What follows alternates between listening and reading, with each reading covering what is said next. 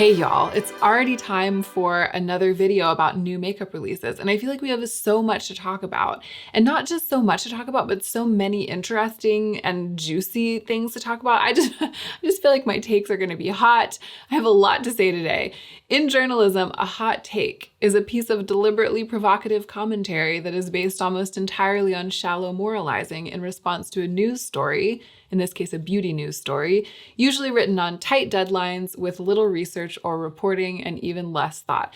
I put a little bit of thought into this, a little bit of research and reporting, but I just feel like my vibe with this is overall about hot takes. I'm interested in new releases. I like paying attention to them, but I don't want to buy too much, so I'm always looking at the market with an eye to figuring out how I can talk myself down off the ledge, even if something is really compelling. And there is a little bit of that that's going to go on today. If this is your first time to my channel, hello, I'm Hannah. And what I just said about not wanting to buy too much is kind of the vibe here. I love makeup, but I don't love overspending, and a lot of my content stems from that. If that sounds good to you, I hope you will subscribe. And now let's go ahead and get into the meat of the video. I just realized after filming the entire introduction that I was wearing these earrings the last time I filmed a hot takes video, wasn't I? So if you only watch my hot takes, then hello, here we are again. It's like the same entire thing, but it's too late to change. I already filmed the intro, and also I'm really feeling myself in these earrings. I don't want to change. Y'all, Skillshare is sponsoring me to talk about them for a minute here before we get into the new makeup hot takes. I'm really excited that they reached out. Skillshare is an online learning community, and for me to be able to tell you about my experience with them, I had to be given a membership. And so I've been able to actually take Skillshare classes for the past couple of months. I've loved having a Skillshare membership. It's really informative content. It's curated specifically for learning, so no ads. I wanted to up my Instagram game, so I took a bunch of classes about how often you should post on Instagram, how to grow your Instagram account. So I took actually a great class from Taylor from Later. Later's like an Instagram posting app, and she was amazing. But then I went on to take all these classes from Tabitha Park, who's a photographer. She's really cool. I started with her self-portraiture class. It's like creative ways to do self-portraiture, and then I just went from there and pretty much took all her classes. I found them very encouraging, and I went on to implement all of what I learned, and I do feel like, especially the classes from Taylor from Later and Tabitha Park's classes, have breathed new life into my Instagram account. It was clear that the teachers were working to draw the creativity out of everyone. Even if you're just a hobbyist or a dabbler, I feel like even the classes that I got so much from, anyone would be able to be inspired by. So the first 1,000 of my subscribers to click through the link in my description box below will get a month free trial of Skillshare. You can start exploring your creativity today. And a huge thank you to Skillshare for sponsoring part of this video. Okay, let's get into it. I have been on trend mood. I have been peeping the new releases. I feel like I need to roll up my sleeves. They'll probably just fall right back down again, but that's okay. I'll roll them up again. I caught on trend mood and I started looking, and I suddenly felt like I was in an alternate dimension where I had gone back in time. I guess those are two separate things. I didn't feel like I was in an alternate dimension, or maybe an alternate dimension where the past repeats itself. Because the first thing that came up was these Tom Ford blushes. And I feel like this released a month or two ago. I feel like this exact slide was on Trend Mood ages and ages hence. And I was like, I already talked about this in new releases. What happened? Has there been some sort of glitch in time? And then I scrolled to the next slide, and it's this Too Faced Cinnamon Swirl eyeshadow palette. I don't know if that's new or not. I really don't keep up with Too Faced enough to know. But the palette looks like a palette they've released 100 times before. So then it just enhanced the feeling that we were in some sort of slipped stitch in time. You know what I mean? I was like, what's going on? It's last year again with Too Faced. Then I clicked through to this next slide, and I thought that it was Urban Decay Oyster Bar. And I was like, it's last week, Oyster Bar's big news, which is Urban Decay Naked Cyber. I thought that it said Oyster Bar when I first saw it, and it just stuck because I feel like it's a better name for the color story anyway. But then I realized that this is not Oyster Bar, but rather a new palette from Charlotte Tilbury.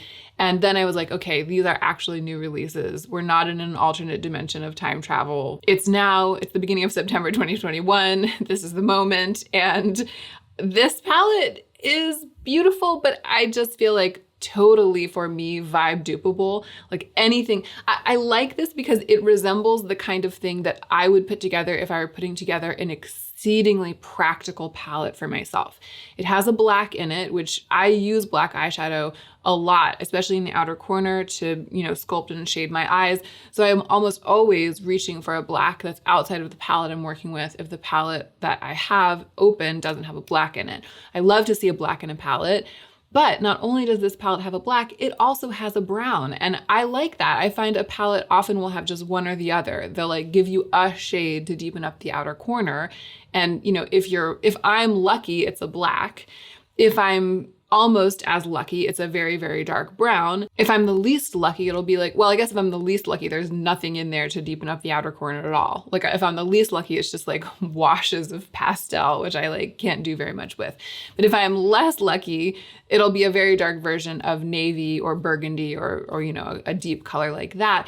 But I prefer to have both a black and a brown. I love a black, but I will often use a brown instead of a black. So this is ideal for me. And you just don't see it that much anymore. You know what I mean? You see people organizing palettes and just picking one dark color. So that's fantastic and already sets this far above Oyster Bar for me. Then it also has the matte coral of Oyster Bar. That matte coral is the outer corner deepening shade in Urban Decay Cyber. And we're seeing that matte coral pop up in a bunch of palettes. It's also in Utopian Dream. So that's very interesting. And then the rest of it is texture with two other matte shades that are on the practical side, but mostly texture and shine, like those sort of iridescent washes of texture and shine, which I absolutely love. I feel like this kind of resembles the Build Your Own palette that I did a couple times back, where the palette didn't look like much to look at it because so many of the shades were just reflecting so much light and they looked kind of like white or gray in the pan, really reflective. Then once you swatch them or use them, they start spangling in all directions and really bring a look alive. So I made this palette that was not super pretty to look at, and I even said in the video that I don't think it would sell very well if it were being marketed, but I really loved using it and I felt like the looks that I created with it were really beautiful. And I just feel like this is the closest to that I've seen in a while in terms of palettes coming out on the market. So I'm sure it's absolutely lovely, but what that means for me is that I could make any of the looks that I would make with this palette using a combination of my singles and the palettes that I already own. Because it's so practical, it's also for me is kind of basic. So I'm attracted to it because of the practicality and the ease of use that it would give to me. But it's like that exact fact, those exact qualities about it are what make it easy for me to strike it off of my potential wish list. Make Beauty, which is one of those brands. Here's been my experience with Make Beauty. It allured me when I first learned about it, and I considered doing a self-sponsored review because I haven't seen that much out there about Make. And I went on the website and I started looking around, and it was like, my cart didn't really coalesce. You know what I mean? Or the video, I guess, the way in which I would proceed, it didn't really offer itself to me. I was sort of struggling to figure out which pieces I would review, which items I thought people would be the most interested in. And I was just like, if it's not coming easily, I'm not going to force it. And I just never followed through with it. But I have a feeling that it's one of those brands that's like growing a lot, changing a lot. I feel like a lot of things were out of stock at that time as well. And maybe they're just getting off the ground. So I can revisit it if you guys are interested. But this caught my eye because it's just a lip balm. I think that it's just a lip balm, but there's something about it that's so alluring. I want it. I want everyone to have it. I want to put it all over my body. I want you to put it all over your body. I just feel like it's really special. I feel like there's something incredibly special and promising about it.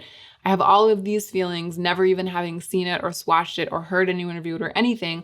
All of those feelings are based only on the name and the imagery, but I feel it's largely a matter of the name. This is some brilliant marketing, my friends. And that's what I wanted to talk about in this video, because I feel like when you know what you're being allured by, like when you know what's getting you and you know that it's the name, then you can protect yourself from buying stuff that you don't actually want, that you don't have the money for, that you don't need because you have a lot of other things that serve that same purpose.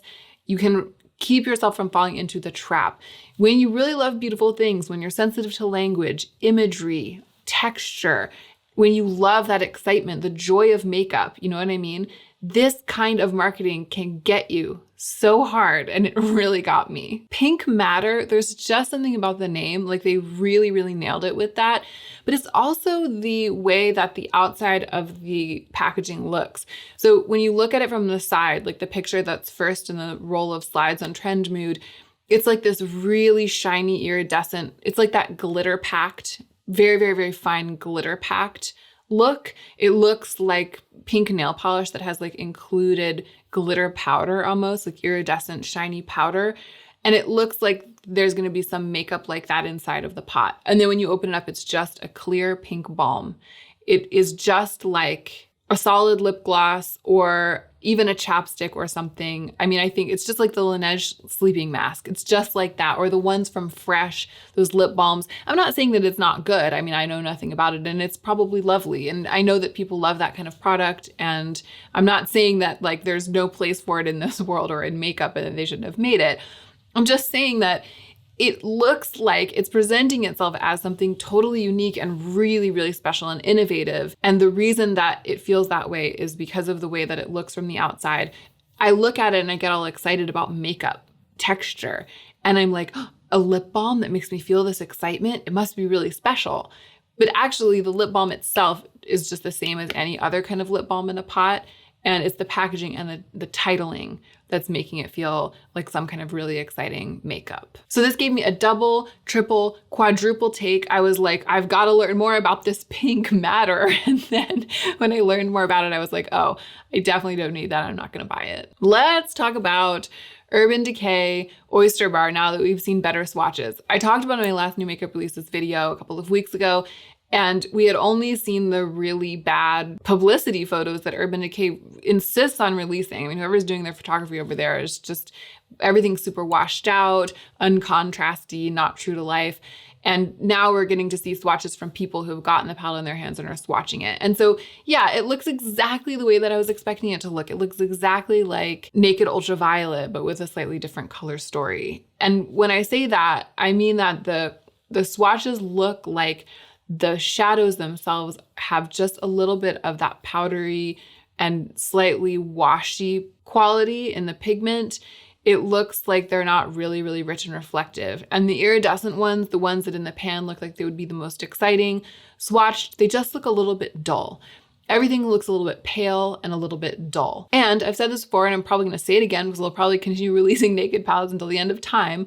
I think they're doing it on purpose. I think that they are basically taking like this rich, creamy, colorful, textured, multidimensional kind of color story and palette vibe that we who really love makeup and who love constructing glamorous and editorial looks and textured looks that we love, they're taking that and they're turning it into something that's just easier to use and more difficult to mess up and easier to make more natural, just like an everyday wear version of something like the Clionadh stained glass collection. It looks like a watered down version of the kind of makeup that I love. And that is based not only on the pictures that I'm seeing of these swatches, but on my personal experience with all of the naked palettes that I've gotten to try over the past couple of years. And I'm not mad at it because I think a watered down version of the makeup that I love is exactly what Urban Decay is trying to release in the naked line. And it's just really easy for me as someone trying to convince myself not to buy more eyeshadow, not to buy more makeup. It's really easy for me to convince myself not to buy this because I don't want a watered down version. I want the makeup that I love. If you're really tempted by this though, and you know that you shouldn't buy it, like you don't want to spend the money, you already have enough, check out my video where I duped the vibes of this palette and Utopian Dreams all together in one palette. I'll try to remember to leave that linked down below in case you haven't seen it. Ah ha ha ha, ha ha ha, NATASHA DENONA, the retro palette. Let's discuss. I think if this, I don't even know where to start. I'm worried that I'm not gonna be able to like include all of my feelings and thoughts about this. I'm afraid I'm gonna leave something out. But I'm just gonna go in the order in which things occur to me. I think that if there were fewer mauve eyeshadows in this palette, I would be sorely tempted by it. I think that there are a lot of really beautiful shades, individual shades that are really calling my name. Those like kind of grubby, multi-sparkly taupes one of which leans more, it's like that gunmetal color, but the one that's really sagey, kind of like almost like a sage undertone, almost a little bit green in the way that it combines gold and silver. There's one that looks really special. It's called Jude. And then there's another one that's more pink undertone, like a silvery pink. I think it's called Helio. It's called Helio. So those two shades, those are the kinds of shades that really make a palette come alive for me, like the ones that cause me to go back into the palette over and over again. So those kind of made me think, and also the dark, there's like a dark grayish brown with a little bit of sparkle, but that's the kind of thing I love to use to add dimension to my eye looks. So there are a number of like the heavy hitting shades in this palette that kind of made me sit up straight and go like, is this something that I'm actively interested in? But those represent like 20 to 25% of what's in it. And then all the rest is mauve. All the rest is just these variations on this theme of like pink and mauve. And I like a pink and a mauve eye look. And I do think it's very flattering color story, but I just don't need this many of them. And I don't need to pay this much for a bunch more of them in my collection just to get a palette that has that 20%, that core of shades that I really enjoy using and that I find work really well on me. Because the mauves, it's like, I sometimes use shades like that, and it's not that I don't feel beautiful when I use them, they just don't excite me in the same way. And if I was gonna buy a Natasha Denona palette, I'd want the whole thing to really, really excite me. If half of those mauves were replaced with shades like from the bronze palette, for example, it would be over, kind of. Like I'd be really into this. But the other thing is that I've realized I don't like the small, are they all here? Oh, my palettes. I have all my palettes out here on my desk because I've been doing a bunch of overhead content where I use all my palettes and I haven't put them away yet. And I was just looking around, I was like, where are my Natasha Denona palettes? It's because I just stacked them all up and put my computer on top of them so that I could like look at the screen pretty easily while I was filming.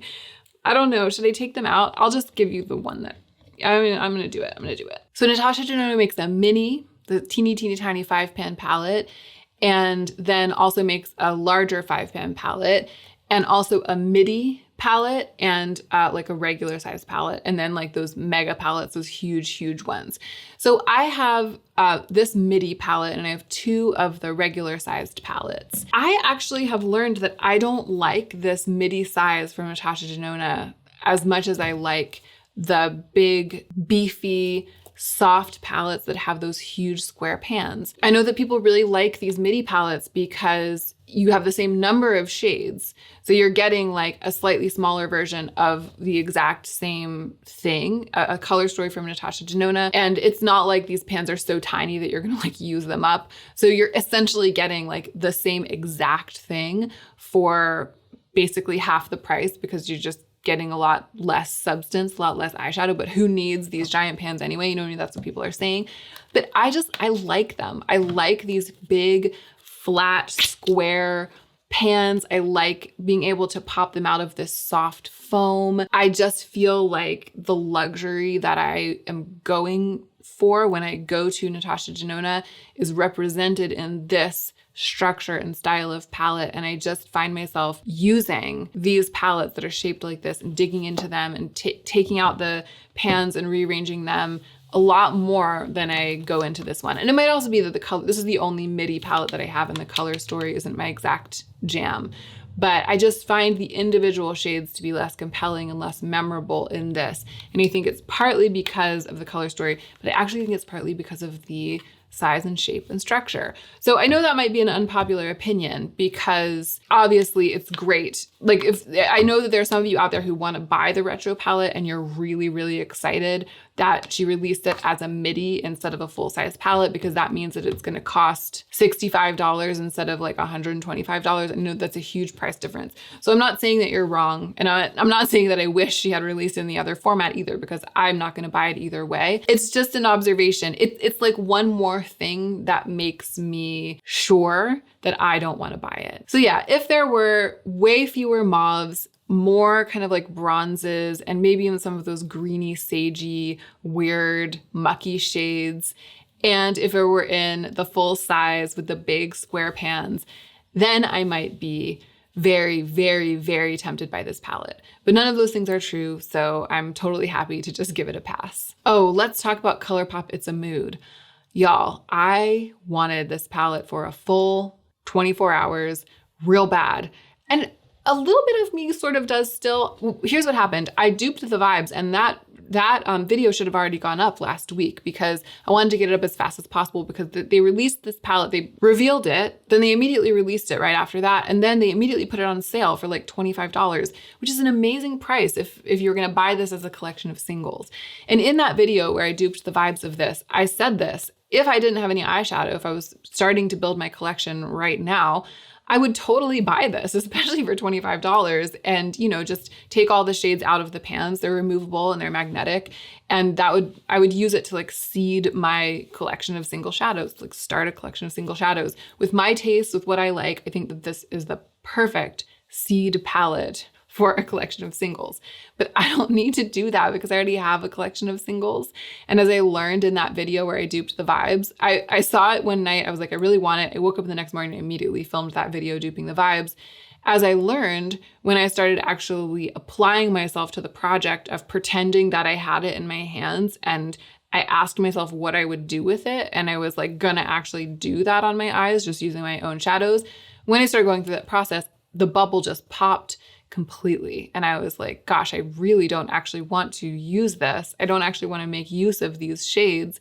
And anytime I want to do any of the looks I would do with these shades, I can just make those looks with the eyeshadows that I already have. I feel like when I first laid eyes on it, I could have told you that. Like I knew that in the abstract, but the abstract knowledge that I could do the looks with what I already had wasn't enough to quell the strong desire that leapt up in me when I saw it, because it's checking a lot of my boxes. But going through the motions, actually going through the paces of pretending to use it, fully showed me that I don't actually want it. It's not just that I don't need it, I actually don't want it. I don't want to exchange $25 of my money for it. And you know, it would be more than $25. You buy something else to get over free shipping, and then you buy other things and you end up buying $50. I don't want to exchange $50 of my money, which we know is what would happen actually if I were to place an order for this palette, and then I would end up with a whole bunch of other crap from ColourPop too that I don't want. I'm just so glad that I duped the Vibes of this, because it was a complete 180 from like needing it to really needing to not have it anymore. Let's talk about the Ulta 21 Days of Beauty sale, which I didn't really realize was going on. I saw it in a couple of comments. People were asking me for my recommendations. And then I saw it on Trendmoon when I was going through, and I was like, but I haven't looked into it yet. I'm just gonna actually do it right now. Historically, the Ulta 21 Days of Beauty sale has felt like a really weird event to me, because they're like, let us curate this selection of like this extremely limited and specific selection of items. We'll select them for you. We'll slash the prices dramatically. Then we'll drum up a bunch of excitement about it, so everyone feels like they should be shopping the sale, and everyone feels like they're gonna miss out if they don't shop the sale, and everyone feels like they're being fools if they fail to shop the sale. But then when you go to shop the sale, there are only like 5 things that you can pick from every day, or like 2 things. It's just like the chances that one of the things that they picked out of the thousands and thousands of products that Ulta carries, the chance that the handful of things that they've picked to put on sale is going to include one thing that I care enough about to spend my money on, no matter what the price is. The chance that they'll have picked something that I want enough to buy, to own, it just is like really small. Like that's my experience in the past. Although I do feel the way that the waves of excitement about the sale might trick someone into convincing themselves that they do really want some of that handful of really specific things that Ulta has decided to discount. But let's see what's on sale. Maybe I'll be eating my words in just a minute. So today's beauty steals won't be relevant to you anymore when you're watching this, because I'm filming this video a couple of days in advance. But there's some designer mascara on sale. There's some, fancy indie highlighter on sale. I could totally see myself, if I wanted this mascara and I was out of mascara, I could see myself buying one. But I don't want mascara and I'm not out of mascara. And this is the thing, like I care more about waiting until I really need a thing before I buy it than I do about getting a deal on it, even if it's half off. Because if you buy a bunch of stuff half off, you don't actually really end up saving money. You end up spending a bunch of money that you wouldn't have spent if you had just waited and replaced the thing when you ran out of it. Even if you end up having to pay full price, if you wait and replace the thing when you run out of it, you know that you're buying a thing that you're going to use right away, that you're going to use up. You're not buying a bunch of extra stuff. You don't have a bunch of extra stuff sitting around going bad. And the thing is, I think we always think we're being smart, like buying a bunch of backups when they're 50% off or something. But you get those backups, they go into a drawer or in a box or something, and it's not as though you then stop buying makeup because they're there. The theory that you'll save money if you buy them only holds true if you get them, put them away, and then you're like, I'm done. I got my makeup and I got it at an amazing price and I'm not gonna buy anything else. But I think a lot of us, that's not how we shop, especially beauty lovers, makeup lovers, is not how we shop for makeup.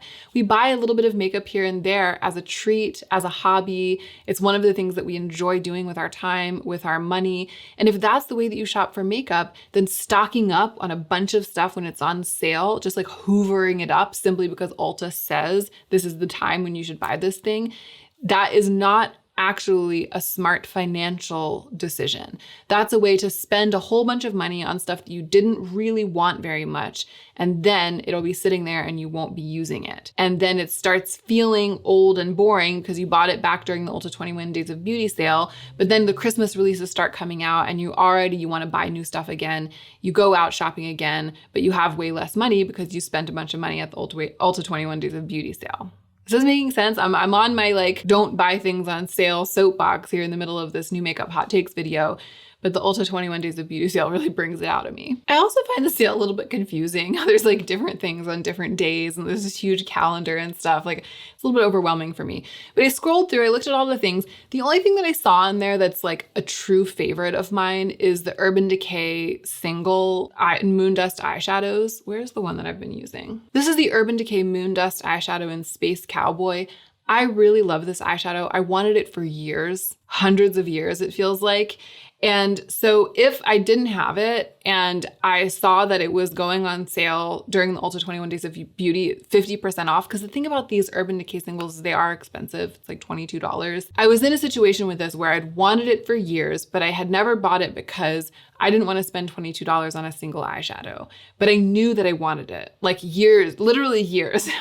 Like seasons had come and gone, releases had come and gone, and I had continued to want this. And I just had continued to not want to buy it because it's $22. So that is the kind of thing that I could see going out of my way to buy during a sale like this. I love this kind of sheer, wet look, slightly grungy shine. So to Ulta's credit, there is one thing on this roster of things that they're putting on sale. There's one thing in the handle that they've selected that is something that I really, really love and hold dear, and that I do think that getting 50% off of is exciting. So there is something. It's not like an entire bin of total garbage.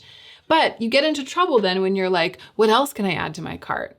You know, it's like you weren't planning to buy anything. And then you go ahead and you decide you're going to buy this for $10 or $11 instead of the $22, because that's great. Like I feel like I totally could spare the $10 for this, you know, buying this half off on its day. But you go from planning to spend nothing and not buying anything to spending the $10. And then if you're shopping online, it's like, well, what else can I add to my cart? What else can I add to make it worth, you know, buying, checking out, paying for shipping, getting something shipped to my house? And then you end up figuring out that you can maybe I could use a backup of a night cream, or maybe I could use a couple more brushes of this shape or whatever. Then you end up with a $100 cart, $150 cart, and a whole bunch of stuff that you didn't actively want, but that you just took Ulta's suggestion that you should buy, the suggestion that they're making by putting it on sale, all just because of this one little eyeshadow. By the time you've checked out, spent $200, gotten a whole bunch of stuff that you weren't planning to buy, by that time I would say, like, just forget it. Forget it all and forget the eyeshadow too, because it's not worth it. What it would maybe be worth it to me to do would be to go in person on that day in store and just buy the one thing that I want. All right, that's it. Ulta 21 Days of Beauty. We're done here. Rare Beauty Perfect Strokes mascara, which I feel like I've seen people reviewing. Like I feel like this is a thing that people are into. Lots of other people are reviewing it. I mean, if you're desperate to see me review it, or if you think that I'd like it for some reason, if you've tried it, if you've seen people trying it, and you think that I'd like it, let me know. know. At a glance, I haven't tried anything from Rare, have I? I don't think I've tried anything from Rare Beauty, but just based on what I've perceived about the formulas and the aesthetic thus far, I don't imagine that this is the kind of mascara that's truly gonna float my boat. Like when I saw that it had been released, I wasn't like, oh, I've got to try that. I bet I'm gonna love that. I just feel like Rare Beauty, the aesthetic of Rare Beauty and we're not like that aligned that I would sort of like trust it on site to be something that might work for me. So I saw it and I was like, oh, cool. I'm sure people are going to be psyched about this, but I didn't take notice in that way. The reason I put it in this video is that way back when Rare Beauty was first, not even launched, but first just teased, my original critique of them, my original hot take on Rare Beauty was that the name was a little bit off. I just felt like Rare, like it just made me think of Rare Steak. I felt like they were trying to make rare happen in kind of an awkward way. They were saying like your beauty is rare, but rare means that not a lot of people are it. Like rare means that it's unusual and distinct from the masses, you know? But they were trying to be like everyone's rare, but you can't really use rare as a stand-in for unique. It was a whole thing. I talked about it in another new makeup releases like ages and ages hence when they first started talking about this brand. Whatever. I saw this mascara and they've gone and called it the Perfect Strokes Universal Mascara. The Perfect Strokes Mascara. The same team that named this brand Rare Beauty thought that it would be a good idea to name a makeup product Perfect Strokes. I just feel like strokes means something else to me, okay? I know that strokes means a lot of things. Like you can have a golf stroke, and sure, stroking is a motion that you use when you put on mascara. But there's just something about the phrase perfect strokes. It implies to me intimate activities. And I don't think that that is what they were going for. I just got a kick out of it, okay? Do you feel rare? Do you feel rare? Are you ready for the perfect strokes? Ugh, KKW getting me with the marketing again. I feel like I've dropped a mention of KKW's perfumes into videos like this before, simply for the reason that I find the packaging, it's not even just the perfumes, it's like the makeup too. These shades of nude and the minimalist exteriors and the finishes, just the way that they balance tones and undertones and color, and the way that they make this sleek packaging where it's like the uninterrupted shape of it. I just really like it, okay? I know that not everyone is a sucker for this, but I'm a total sucker for this kind of thing. And the descriptions of the scents also attract me. 2 out of the 4 scents have scent profiles that are really attractive to me. So Nude Sand and Nude Soleil. Nude Sand says it's a floral woody musk. It has ambrette, iris, roasted tonka absolute, vetiver, and musk. And those are all notes that I really love and I tend to love in combination. Nude Soleil is also a woody floral musk. Pink peppercorn, cardamom, and ambrette as top notes. Love that. Santal at the heart, honeysuckle, love that. And then musk, cashmere, vetiver as a base note. I mean, that second one especially sounds like something that I would really, really love. I haven't smelled any KKW scents before though, and I kind of imagine they would end up smelling kind of synthetic and not great. And so if I ever get the chance to smell these in store, I'm prepared to not actually like them.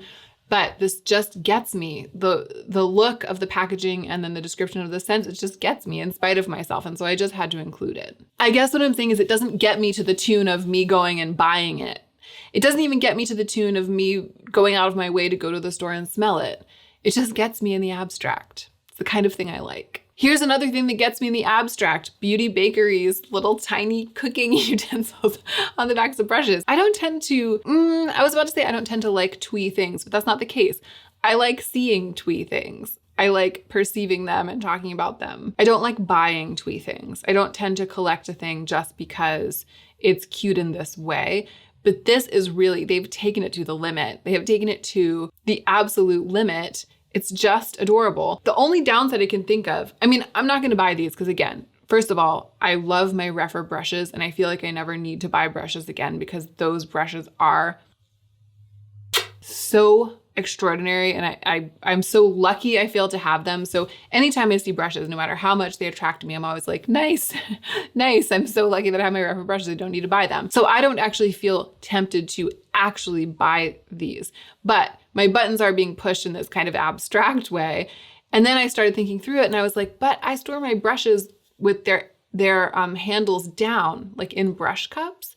So these are so, so cute. And I see them and I'm like, I can't with this tiny whisk and a tiny knife, the tiny spatula and the tiny spoon and the tiny scraper. Like I just cannot live. But you'd get them and you'd take them and then you'd put them in your brush cup and all of the little teeny tiny cooking utensils would be down at the bottom. They would be out of sight. And I also worry that they'd get broken down there, especially that little whisk. So if you do like to buy twee things and you need to be talked out of these, then I give you that. I give you the question of how you would store them and whether they would break or not. For me, this is a clear case of being able to appreciate both the concept and the execution from afar. Let's talk about Trixie Cosmetics, because here's what. Trixie Cosmetics launched a couple of years ago, and you know, I'm a big Drag Race fan, but you know, more than that, just a big fan of the art of drag. And I love drag queens and follow a lot of drag queens, some of whom have been on RuPaul's Drag Race and some of whom have not. Trixie, who has been on RuPaul's Drag Race, is a megastar, like has become a megastar. And I do follow her career with great interest. I love watching her channel, actually. I don't watch everything that she puts out, but I watch a number of Trixie's videos on her channel. She's just supremely entertaining. But I don't buy makeup because of the cult of personality, even when I'm a member of the cult of personality. Like I'm arguably a member of the cult of Trixie's personality. But even when I'm a member, I don't let that be a reason for me to buy makeup. I only want to buy makeup if I think it looks really useful for me and like something I'm really going to cherish and covet. I do understand that when you're part of the cult of a certain kind of personality, sometimes that's enough of a reason to know that you would cherish something. Or I guess what I'm trying to say is sometimes you cherish something that isn't actually practical for you because of what it represents or because of who made it or something like that. I do understand that it's that way for some people. So I'm not trying to be judgy about buying stuff just because you're a fan, you know? I just don't historically do that. I find no matter how much I love like a celebrity or an artist or something, when they make a thing, if I buy it in spite of not actually loving it or wanting it, if I buy it just because of how much I love the person, I end up being disappointed. So I don't do that. So when Trixie first started launching makeup, I was like, well, none of it's really my alley. I like Trixie, but I just don't have any desire to buy this makeup. It started with just these like really, really bright pink lipsticks and big chunky glitters in pots. And then she went on to release a blush palette with these 3 really bright orange blushes. So I had kind of put Trixie Cosmetics to bed in my mind as a brand that I would watch, but not buy. And then this most recent collection kind of got me interested. So I watched Trixie's video just because I was like cooking one evening and I needed something to watch while I was cooking, and it came up and I just put it on idly. I was like, oh, I wonder what's going on, blah, blah, blah, blah. And then I saw these swatches. There are all these like swampy, murky greens, one particularly rich brownish green that really got me going. The way that Trixie talked about the pinks, like some of the pinks made me think that I might really enjoy using them. I just got really sucked in. And this was before the collection had released. It was like the preview video. And there was one lip product in the collection that I really, really took an interest in. It's like a sheer, slightly green toned gloss that just kind of like neutralizes the red in your lips and makes your lips look more neutral and also makes the teeth look a little whiter. I like really, really wanted that. And I was like, maybe I should buy this for a self-sponsored review. Then I went to Trixie's website and all this stuff has released since I last looked, and some of it looks really great. So the question I have for you, the end of the story is that by the time the actual launch day rolled around, I went on there and I was just like, I don't know. I looked at the palette again, having gotten some distance from the launch video, and I was just like, gosh, there are all these pinks in it and greens and blues, and there's really just a couple of neutral shades that I would like, and I already have neutral shades, and I don't even know if my subscribers want a review of Trixie Cosmetics, so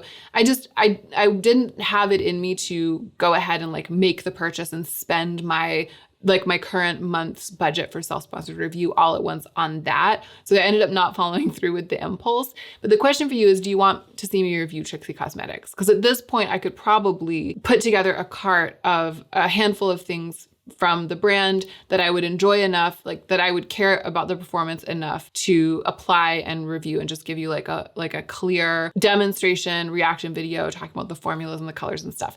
Do you want to see that? Because at this point I could kind of go either way. I like the idea of doing it. I would enjoy doing it. But if there are other things that you want more to see me review, then I want to go with them instead. So if you have feelings about this, put them in the comment section. MAC has done something that I find kind of interesting. They have used an inspiration that is something that really inspires me and created a palette that I think is actually very beautiful based on the inspiration. So the thing that really inspires me, it's these Renaissance oil paintings of fruits, like that really like dark, I feel like it's sort of the original grungy rainbow. Like these paintings of fruits where they're dark and gleaming and textured and they're all the colors of the rainbow. There's the red of the gleaming pomegranate seeds and like the blue black of the background, blueberries and squashes that are like lumpy, and the green and red of these like glistening ivy leaves. Those kinds of fruits and vegetables and greenery like all together on a plate or on a table. And then in the painting, the background is like this blackish, brownish blue. It's all surrounded, all super, super dark and dusky, you know, those kinds of paintings. I'll put some pictures up on the screen. I love those images. I love prints. I used to, whenever I could find fabric that had that kind of a print, I used to buy it and make clothes out of it. I love that kind of a print on fabric. I love it for wallpaper. I love it for upholstery. I love it for makeup packaging. And it's just a thing that it's always been like one of my particular inspirations. Like I always have included it in stuff that I've made, mood boards that I've made, the clothes that I made. And it's the kind of thing I could see myself drawing inspiration from if I were ever, you know, in some alternate universe to like make and market makeup. So when I saw that MAC had done it, I was like, whoa, I don't know if I've seen this yet in makeup, this exact thing that's been always something that's like personally very attractive to me. So the collection looks fine. I mean, the palette is interesting. It's 8 shimmer shades, all in these dusky colors. It kind of looks like the MAC version of Flower Beauty Jungle Lights. In fact, it looks like nothing so much as the MAC version of Flower Beauty Jungle Lights. Here's Jungle Lights, goodness gracious. If you're attracted to this MAC palette because of the contents rather than the packaging, just get Jungle Lights. I think that it's, what is it, $17? The prices aren't here, but I imagine that the MAC palette is much more expensive than this. And I know for sure that the formula of Jungle Lights is fantastic. So there's that. But then, so I scrolled through and I was like, well, the palette's pretty blah, blah, blah. But the way that they've done the packaging for the strobe cream, face cream, the print is there, but it's like too contained and obscured by the structural elements of the packaging. So when I started looking at the actual packaging on a practical level, it doesn't give me that exciting, dramatic impact that I want from this print, from this imagery, if someone's going to use this imagery. So I didn't end up feeling like I wanted on any level anything from this collection. I took an interest in it because of the inspiration. That was the last slide. That's all of it. Those are all the things that I wanted to talk about, which is good because this is already going to be kind of a long video, a long one, but it was a good one. What a fun moment we're having in makeup. I just feel like there's a lot that's going on that's got grit on some level. In spite of the fact that I'm always trying not to buy stuff, I prefer it when I have a week where there's a lot that I want. I would rather be like, whoa, this is so exciting and inspiring, and I love the texture and the swatches look great, but I'm not gonna buy it, and here's why. I would rather do that than have a week where I'm like, all of this looks so dumb. What are the brands doing? It's so boring, blah, blah, blah, you know? Because I'd rather be inspired and excited than bummed out and uninspired and negative, you know? And because I have done my no-buy year and I've been on this path to fewer, nicer things, and I've been flexing those muscles of moderation, I know that I have the strength to resist buying even in some cases the most exciting new releases. So it was fun for me, and I'm glad that I came back so soon to do another one of these videos, because even though the last time I filmed one was just a couple weeks ago, there was plenty for me to talk about. I will try to be back again just as soon with the next one. I thank you so much for watching, and I hope that you're remembering to take good care of yourself, because that's what will make you the most effective version of yourself as you do your work in the world.